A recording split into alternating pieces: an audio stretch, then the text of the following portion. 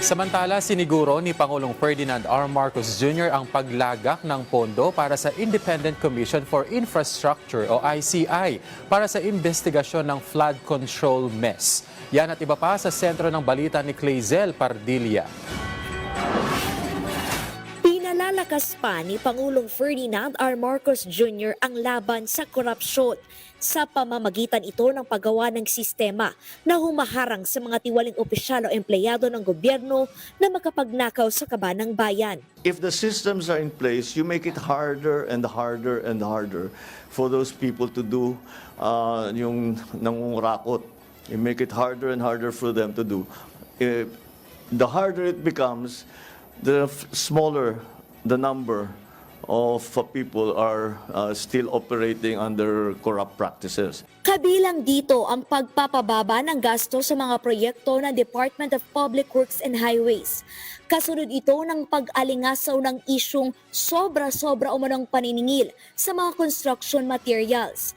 Inilabas na ng Department of Budget and Management ang naayong halaga ng mga materyales. Puspusan din ang pagpuksa sa red tape para mapaliit ang tsansa ng korupsyon. Siniguro ni Pangulong Marcos ang paglagak ng pondo sa Independent Commission for Infrastructure para sa investigasyon sa maanumalyang flood control project. Ang ICI ang inatasang manguna sa paghabol sa mga tiwaling sangkot sa mga proyekto kontra baha. We are again committed to providing whatever funding is necessary.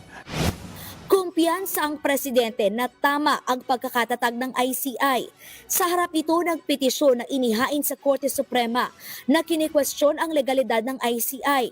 Nakahandaan niya ang ehekutibo na sagutin ang petisyon at ipaliwanag ang layunin nito.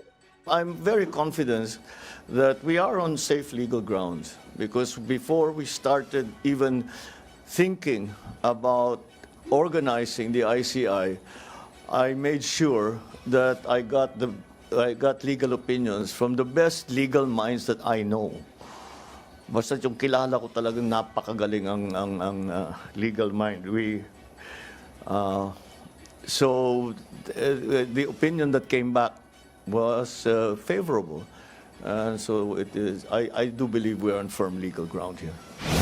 Determinado ang pamahalaan sa paggamit ng artificial intelligence sa operasyon nito para matiyak na makahabol ang bansa sa mabilis na global digital transformation. You're missing a chance if you wait. AI is going to come, parang alon yan eh. Kahit anong gawin mo, mababasa ka. And if you don't learn how to swim, i.e., if you do not learn how to use AI in the best way, and in a secure way, and in a benevolent way, may iwanan ka talaga. Pinag-aaralan na ng pamahalaan ang integration ng AI sa iba't ibang kagawaran para masiguro ang ligtas at kapaki-pakinabang na paggamit ito. Pero kailangan din anyang ikonsidera ang pagprotekta sa mga datos at mahalagang impormasyon. Clazel Pardilla para sa Pambansang TV sa Bagong Pilipinas.